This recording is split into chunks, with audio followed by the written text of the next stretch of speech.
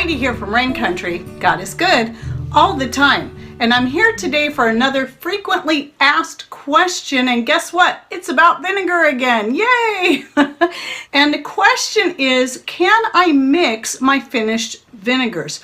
Well, yes, you can, but it's going to depend on what vinegars you have and how you plan on using them. And I have done this many times. Now, I do not mix my floral vinegars with my fruit vinegars because my floral vinegars are made specifically for using as a hair wash / rinse. However, I've taken a couple of floral vinegars and mixed them together.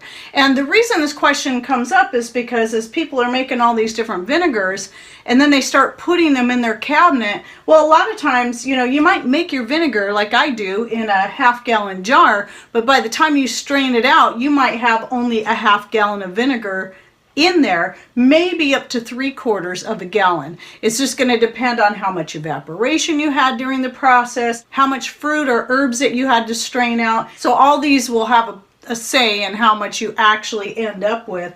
And so you don't want to have all these partially filled jars taking up your storage. So certain vinegars I do specifically keep just as is and do not mix them. But yes, if I have a previously made vinegar, like a floral one that's maybe only 3/4 of the way full or half full, and then I make another one in the same result, I'll often do that. Now, usually when it comes to floral vinegars, I'm usually putting topping off the bottle like this that I keep in the bathroom, because I do keep that one in a bottle like that, rather than a jar. And you can learn more about how I do that in my most recent video I did about natural hair care that I'll be linking to down below. But anyway, I'll top that off, and then I'll usually have enough where I can combine the rest into a single jar like this, so it's not taking up so much room in storage. Now, this is just 4 of the many jars I have back in my pantry in a special cabinet section just for my vinegar. I don't know how many full jars I have back there, but I have quite a few. I usually don't make a lot of vinegar during the winter months. It's usually from spring through fall that I'm doing all the vinegar making.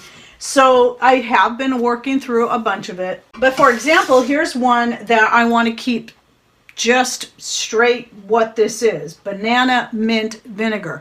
And the reason for that is this is the one that I made with the organic banana peels and then the mojito mint from my garden. I just tried it as an experiment and was really surprised. Was initially just going to make it as a cleaning vinegar, but when the process got all done, I realized it tasted and smelled just like that lemon juice you can buy in the bottle at the store, which made it perfect for using and adding to your homemade salsas or anything you want that lemon flavor in it. And yes, I know, it really astounded me that how can banana peel and mint together taste like lemon? I don't know, but it did. So that's why I wrote on here for salsa, but that can also apply to adding to any kind of jams or whatever it is you're making, syrups that you want to add a little more of that tartness to that flavor. Because I did use some when I made the peach syrup this last year. I added some of that to there.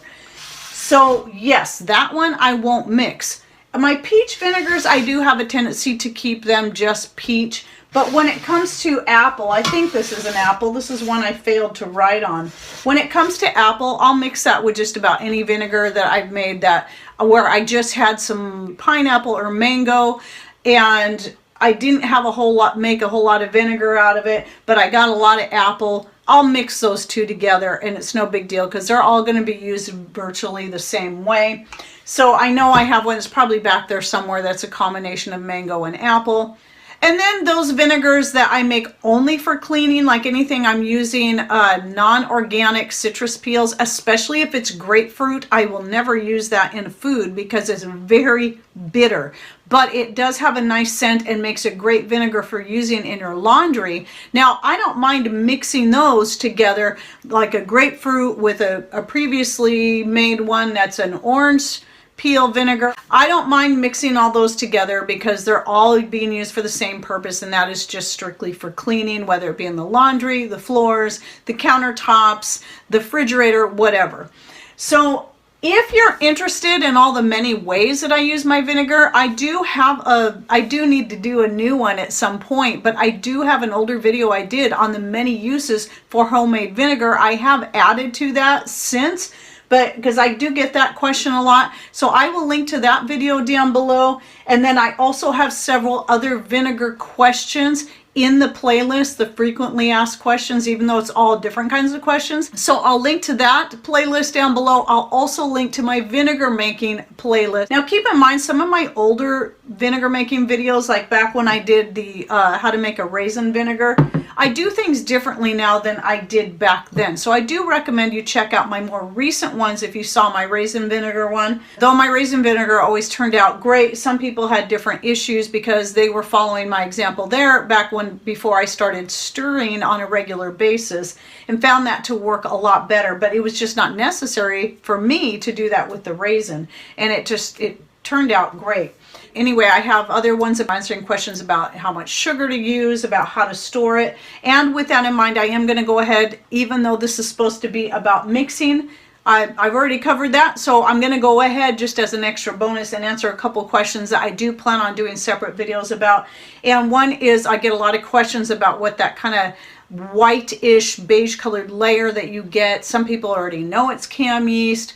And yes, that's what it is. It's totally harmless, but it can affect the taste and smell of your vinegar. It's not going to hurt you, but it might not smell great. Now, a lot of times you can strain that out and improve it. Sometimes you can't. In that case, when that happens to me, I turn that into a cleaning vinegar. But I do want to go do a little more studying about where that cam yeast even comes from and if there's a good way to prevent it, and then do a video just on that down the road.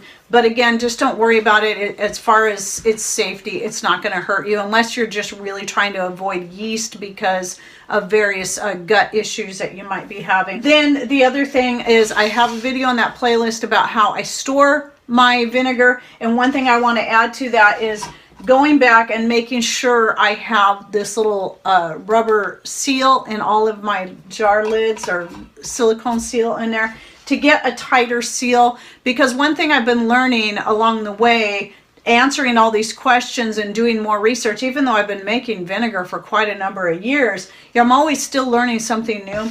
And that is one of the reasons it sounds, I need to look into it more, but from what some other people have shared with me, and thank you for those people that do share this information with me, is that if you don't keep your vinegar in a tightly sealed container of some sort, that can often be the reason why your vinegar goes flat after a while. I was a little surprised to learn that, because I've had vinegar stored for over a year in a jar that didn't have a good seal, and it still was a good tart vinegar, but I did have others that went flat on me that were the same age. So I'm not, and stored the same way. And so I'm not fully certain on that, but just in case, I am going back, and any of the lids like this that I didn't add the silicone seal to, I'm doing that just to make sure I get a good tight seal. I just don't recommend using the regular canning lids because they do rust, especially the bands. I mean, you could probably put your canning lid inside this and it'll be fine, but the bands will rust and then stick to your jars because the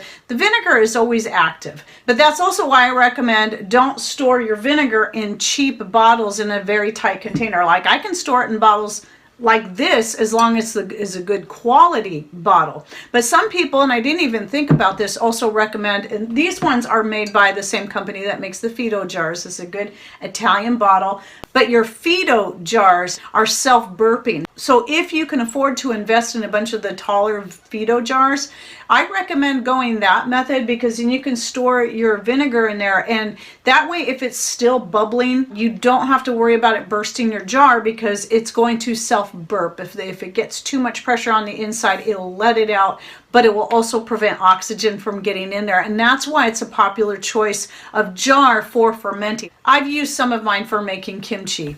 So anyway, that could be a good option for storing. But I just don't recommend storing in these jars like this if you're getting a cheap brand. I've never had issues with these ones bursting on me, but I know people have said that have happened with their mead, their wine, or their vinegar, that, while it was still fizzy and it builds up pressure, and if it's a cheap if it's cheap glass, it will blow up on you, and you just don't want that happening, because not only is that going to be dangerous, it's going to make a huge mess and a huge waste. Okay, well, I hope that answered the main question, as well as a couple extra bonus questions that I do either have videos on or plan to do videos on in the future. And don't forget, you know, anything I throw out here, go ahead and do some of the research yourself. It's really easy, you know, to type into your browser, what is cam yeast? How can I prevent it? And so on and so forth. But yes, I will try to get to that one eventually. All right, well, I hope you enjoyed this video. Thanks for watching. Take care and God bless.